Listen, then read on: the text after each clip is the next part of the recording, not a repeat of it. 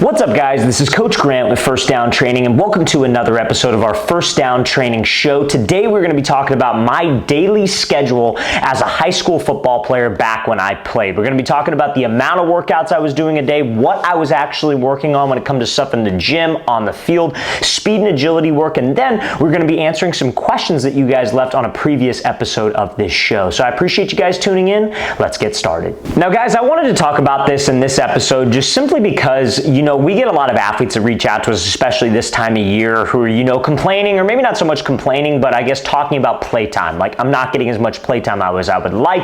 I want to play more. What are some things that I could do? Hey, coach, I work really, really hard. I'm still not getting any playtime. They're starting another player over me. What can I do? So I kind of wanted to walk you guys through a schedule that I had and that listen, this schedule may seem kind of extreme for some of you. I definitely think I could have prioritized recovery a little bit better throughout this schedule, because I will admit something that caused me to maybe not gain as much size and gain as much muscle was overtraining. So doing too much, because I think there's a fine line between so a perfect example is like Kobe Bryant. I don't know if you guys have ever listened to Tim Grover, who was Kobe Bryant's trainer later on in his career, but Tim Grover would always talk about how Kobe was in the gym for 8 hours a day, dang near, right? And that's a long time, especially as an athlete. And he said Kobe performed his best when he got Kobe to actually take some time off and take some rest. Not every single day, not taking maybe a full day off, but not killing himself to where he's overtrained and fatigued. That's kind of what I would say. I'm not comparing myself to Kobe Bryant, but I'm just saying in my kind of weekly routine, I felt like at times I did too much, and we're going to talk about that, maybe some stuff that you want to avoid.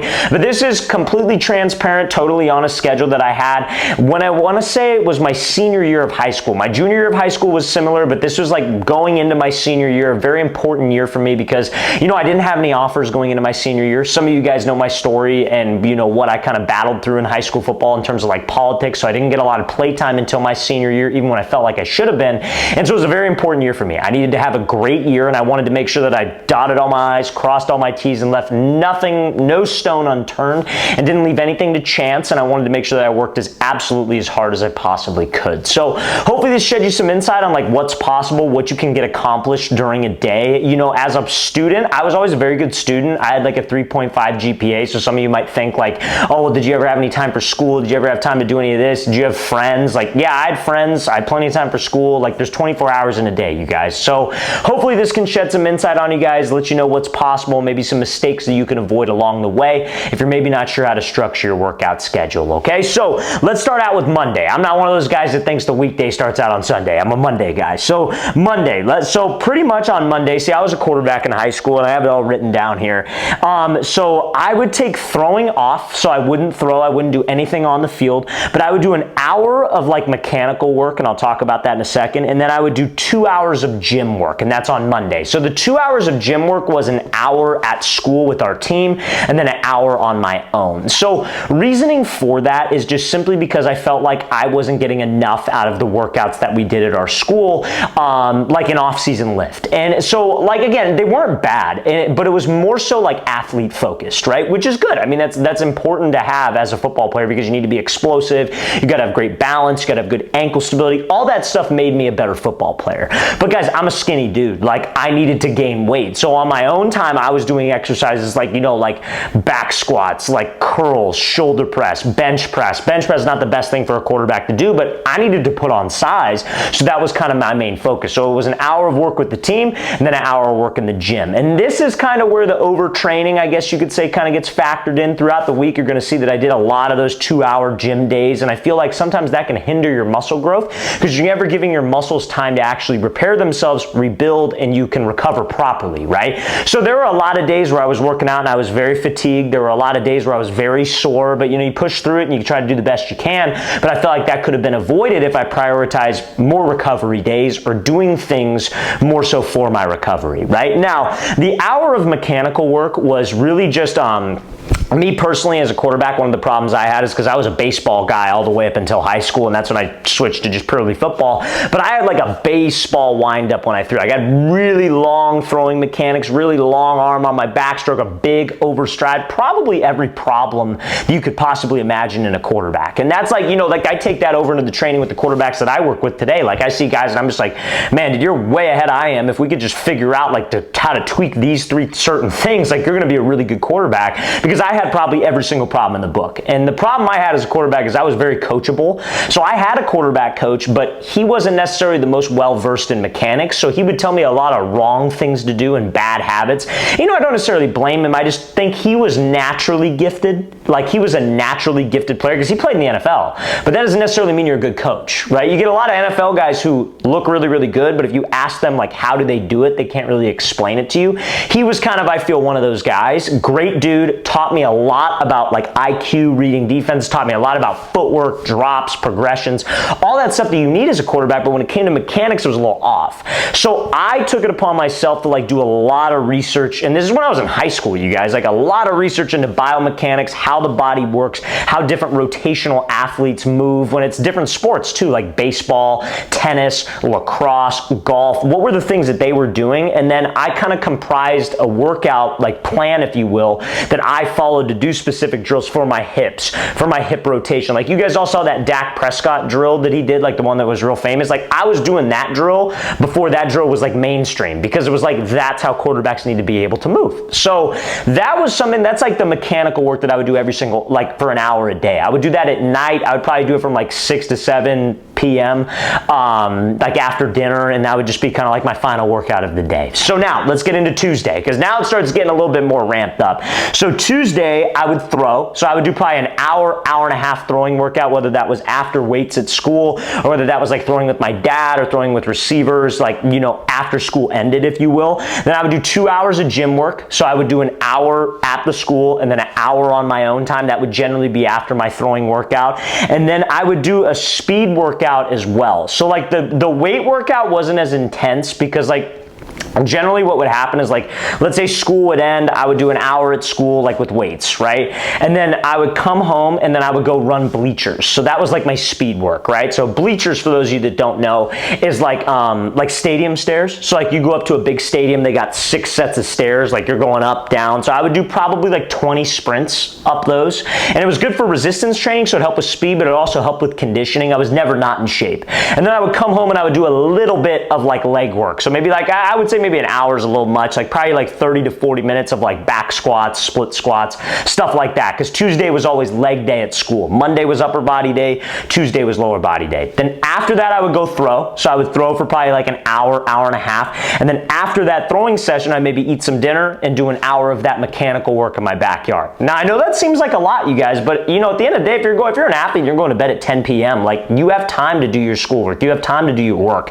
And I would say, like, if you're trying to put in more effort and put in more time towards your training, it's essential that you guys are doing work at school. Like when you're in class, you are focused so you can get the assignments done so you don't have more work to tack on when you go home and you could actually get your workouts in. It's all about time management, you guys.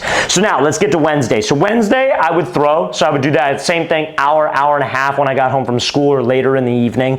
And then I would go 1 hour of speed work. That was done at the school. So every single Wednesday in high school, we would have like a speed workout. So we'd be doing running mechanics drills, resistance type training. So we do that for about an hour. It's kind of a day off from the gym. And then I would do that hour of mechanical work like I mentioned. So I would throw, we'd have speed work at school. I would come home and throw, do an hour of mechanics, then obviously focus on my homework. Now on Thursday was identical to Thursday was identical to Tuesday. So on Tuesdays and Thursdays, I would run and I would do legs on my own time.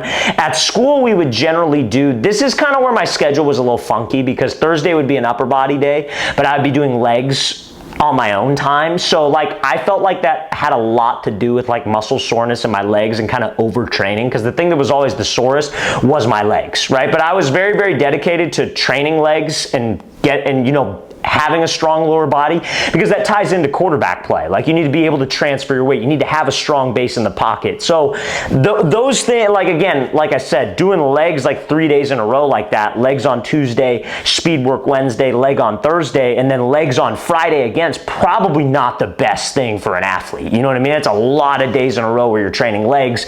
And again, you know, you might think like the speed work isn't really leg training. It is, you're running, you know what I mean? So you need to take those days where you can take those days off. I could do it all over again, I'd probably do my resistance training and leg work on Friday after we do legs at school, just so I give myself that day off, right? And there are probably some weeks where I did do that, I would say, but generally I remember Tuesdays and Thursdays always being the days where I would run. So again, it's pretty much identical to Tuesday, like we mentioned. I would throw for an hour and a half, 2 hours of gym work, speed and cardio work, so that those kind of go hand in hand, and then an hour mechanical work. Tuesdays and Thursdays were big work days for me, okay? Now, Friday, unless we had a lift at school, generally we would lift at school, we'd have like an upper body day, but if this was like a time where maybe we weren't lifting, maybe this was like in the summer and we were on dead period, Friday I would take completely off. So those are kind of the days where I'd give myself a rest, right? But Friday I wouldn't go to the gym, wouldn't do speed work, wouldn't do mechanical work, wouldn't throw. I was throwing about 5 days a week, and I feel like if you're a high school quarterback, I think that's plenty.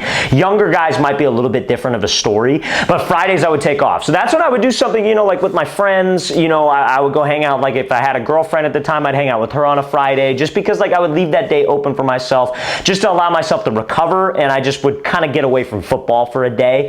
And I mean, obviously I'd always be watching film or trying to do something. That's just kind of the way I am. Like even now today, like I can't sit still. Like, so like if I'm on like a vacation or something like that, I'll be working on a vacation. Like I'll be working on a video, I'll be like, you know, I just, that's just the way I am. I need things to do. And that's kind of how I was in high school as well. Like I just can't sit still. So like, I'm sure I did some stuff, but anything physical, I would shut it down. I would give myself at least one day a week where I could shut it down. And you don't necessarily need to follow this video like to a T, but you know, it's good to give yourself that day and kind of get you away from it for a second. Especially I would like to do that on the Friday, because the weekends generally were busier football days, because that's when I would go to like my quarterback coach and be able to work out with receivers, so it'd be a little bit busier time, okay? Now let's get into Saturday. So Saturday, I would throw for an hour, hour and a half, 2 hours of gym work. So I would generally work out with my brother. My brother at that time was trying to be a bodybuilder, and he would kill me, bro. Like we would do like, the workouts we did were just nuts. Like it was, I still remember that, because we had like, I was lucky enough to have like kind of a home gym set up in our backyard. Nothing fancy, like we did not have a ton of money to spend on stuff like that, but we did have like, you know, squat rack, bench press, you know, it was like a makeshift squat rack made out of like pipes, if you will, but it was enough. And we had dumbbells all the way up to like 30 pounds, so nothing crazy, but dude, my brother would kill me. And we'd be in there for about 2 hours, and like, you know, is that like the best thing for football players to do when it comes to an athleticism standpoint? Probably not, but again, like I said, I needed to get bigger and I needed to put on size, so I needed to almost lift that way, right? And then I would do an hour of mechanical work as well. Saturdays were cool though, because I could knock that out in the morning. Generally what I would do is I would throw in the morning. I would do the hour of mechanical work after I would throw. That's like 2.5 hours. Maybe that took me from like 10 to 12:30. Then I kind of have the rest of the day to chill, and then I'd work out at night with my brother, right? Now let's get to Sunday. So Sunday I would go with my quarterback coach. Generally my quarterback coach, they were long sessions, man. Like he would say, like, I think it was like $60 for like an hour and a half is what he would say, like the price was. There were days, and this was cool about him, I will say, because he wasn't a clock watcher. We'd be out of there and like, it'd be like 3-4 hours. Like I felt bad for parents, because it's like, how do you structure that, like picking your kids up? But like, we'd be out there, it'd be a group of us, like we'd maybe have 15 guys out there, like 12 receivers, 3 quarterbacks, and we'd just be throwing routes, throwing. So that element of it was good. I wish I probably got more mechanical training, but that's what I would do on Sundays, right? And then I would do like an hour of like sprint and conditioning work at night. So that would kind of be the way for me to cap off the week. Is I would go with my brother, we'd do it again. He kind of did it for like almost like cardio, just because he was trying to get like a little bit leaner. Obviously, because like bodybuilders, you got to be huge, but you also got to be lean. And so we would do like, you know, like sprint training. Like I remember one of our workouts, we ran like 40-40s. Like stuff crazy like that. But I will tell you, and is that a lot of like output for an athlete? Yeah, like I don't think you're ever gonna have to run 1,600 yards, you know, in an actual football game, you know what I mean? But I will say this, I was never out of shape. Not one time did I feel out of shape in a game, not one time did I feel out of shape in practice. So doing those workouts kind of, you know, I would say those helped a lot, to be quite honest with you. I felt like they helped a lot, and it's one of those things that athletes don't do enough of. They don't train for cardio based on like, you know, they'll I'll just run like 1040s or maybe like 640s, you know, like, but like you got to really push yourself. Like if you want to get better, you have to push yourself beyond that point of like pain, feeling fatigued, feeling tired, because that's how it's going to be in a game. It was more so for like almost like the mental side of things than the physical side of things. Now on Sundays, I wouldn't do any mechanical work. So those would be the only 2 workouts that I would have. I'd kind of take it easy on the weights on Sunday, obviously too as well. Now that's the schedule, you guys. That was the schedule that I did. Like I told you, it was a very, very important year for me. I needed, I put so much pressure on myself, like I needed to perform. If I didn't have a season where I passed for 3,000 yards and rushed for 1,000, that's what I did, and didn't have like 40 plus touchdowns, like I wouldn't have gotten an offer. Like you got to understand, like if you're that dude going into your senior year and you have no offers, like you gotta perform, because if you don't perform, if you have an average season or whatever, I don't care where you live. You could live in Texas, Florida, California, where I live, Southern California, big public school that I went to. If you have an average year, coaches aren't going to want you. So I was lucky enough after that year to have probably like 5 or 6 different offers to different schools, different levels, like D2, D3, NAI. Didn't have any D1 offers. I had a walk-on opportunity at a D1 FCS, but that was never my goal. My goal was kind of just to get my education paid for so my parents didn't have to pay for it, because I don't think they could have afforded that. They never put that pressure on me, I will say, but I knew that that would put them in a hard place if they had to pay tuition. So that was always my goal, right? And so, and obviously just to accomplish something and just be able to say that, yeah, I know I put in all this work and it paid off. Now, is that the smartest schedule to follow? I don't know. You know, like I said, you got to probably prioritize your recovery a little more. You got to probably use your rest days a little bit wiser on conditioning days, maybe a little less output,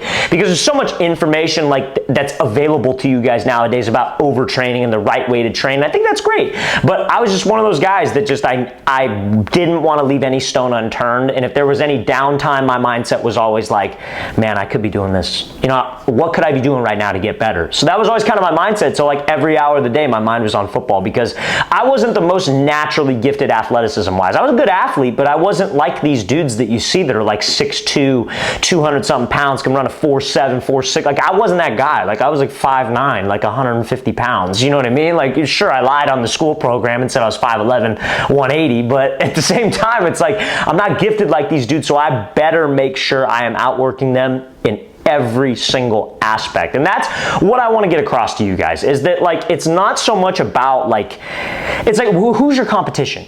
And like, are you really outworking your competition? If you guys are all doing the same stuff at school, you're not outworking them. You guys are all staying the same. And if he's training away from practice and you're not, he's got a ledge up on you.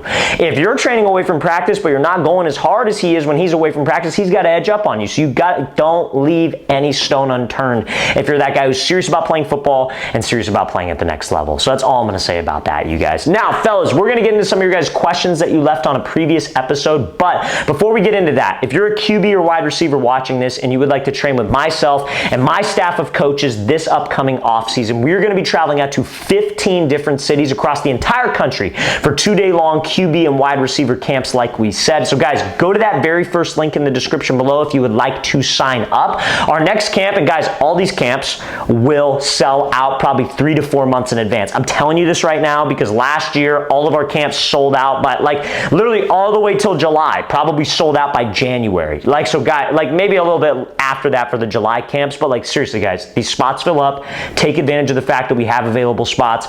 Go to that very first link in the description below. That is where you can sign up like we said. So we're coming out next to San Francisco, California, then Orlando, Florida, Phoenix, Arizona, Columbia, South Carolina. After that, we will be heading out to, what's the next city after Columbia? After Columbia, let me check for you guys right now. I should know this off the top of my head.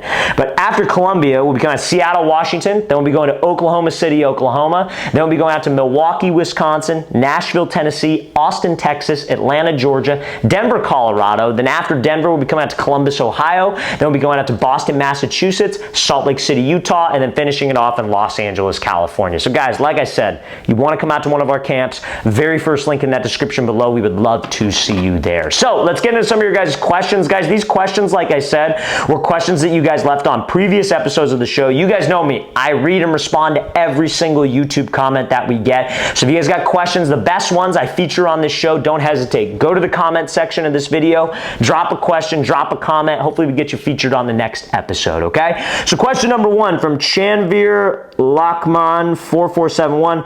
Coach, how can I catch jump balls? I know the tips, but don't have the mindset. How do I go and attack the ball? So when it comes to a jump ball, most important thing is when you go up for the ball, you gotta have the mindset of like, that's your ball. And I know that sounds simple, and I know that sounds easy to think about, but a lot of receivers struggle with that. Like a DB is going off of us, right? So if we time the jump correctly and we go up and we're going up with a strong grip and I'm trying to secure that thing, that's really step 1. Now, like I said, strong grip is important, so you gotta have good grip strength. That's why it's important for receivers to work on their grip strength. So when you secure that ball on the way down, that's where DBs make their money. So when you catch that ball and secure it, and you have that mindset and you go up strong with it, rip it violently to the tuck and try to turn your body away from the defender. And that will help you guys secure it on the way down and be more consistent with the jump ball. So I hope that makes sense, man. Appreciate you asking that. Next question from Crazy 0245. Hey, Coach, can you make a video on how to read man or zone? So I would say being able to tell the difference between man coverage or zone coverage when it comes to like DBs is really simple. You want to look at their stance and you want to look at their eyes. So if their eyes are on the quarterback or maybe the number 2 receiver, that's probably a good indication that it could be zone. Now, can some guys disguise it, look inside, then look at the receiver? Absolutely. But man coverage, generally, the DB's eyes are going to be keyed on the receiver's torso, the receiver's hips. Now, the stance is a way for you to be able to determine that as well. So if they have a more squared up stance where they're facing you, that's probably man coverage. Zone coverage, they're probably going to be turning their body towards the inside, and they will be most likely outside leverage because they have help to the inside because it's zone. So that's an easy way that you guys maybe can tell the difference, especially if you are a receiver, okay? So I appreciate you asking that, man. Next question from Caleb is Sorry Joe.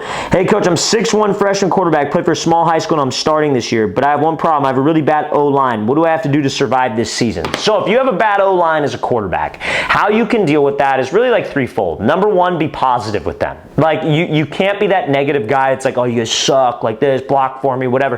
They're going to get pissed. They're not going to want to block for you. They're not going to put in extra effort. Linemen will try harder if they like the guy back there. So just be positive with them. You don't understand how hard it is to be a lineman. They only get noticed when somebody when they miss a block or when they do something bad. Nobody appreciates them when it's a good, clean pocket. So be positive with them, number 1. Number 2, have a quick release. If you're getting a heavy pass rush, and getting the ball out of your hands only helps you, but also helps your O-line. Number 3, be able to buy time with your feet in the pocket. You got to have great pocket movement. You got to be able to step up. You got to be able to move to the side. You got to be able to get out on the run because that helps the offensive line out. If they got a quarterback who can move back there, their job is actually a lot easier. So if you focus on those things, I think that will help you out with a bad offensive line situation, okay? All right, fellas, guys, seriously, appreciate everybody tuning into this. Hope this was able to help. Hope you guys got some value and learned some stuff. Again, if you guys have questions, comments, post them in the comment section below. Seriously, we read and respond to every comment, you guys, and we'll feature the best ones on our next episode. So seriously, guys, appreciate you tuning in. We'll see you next time.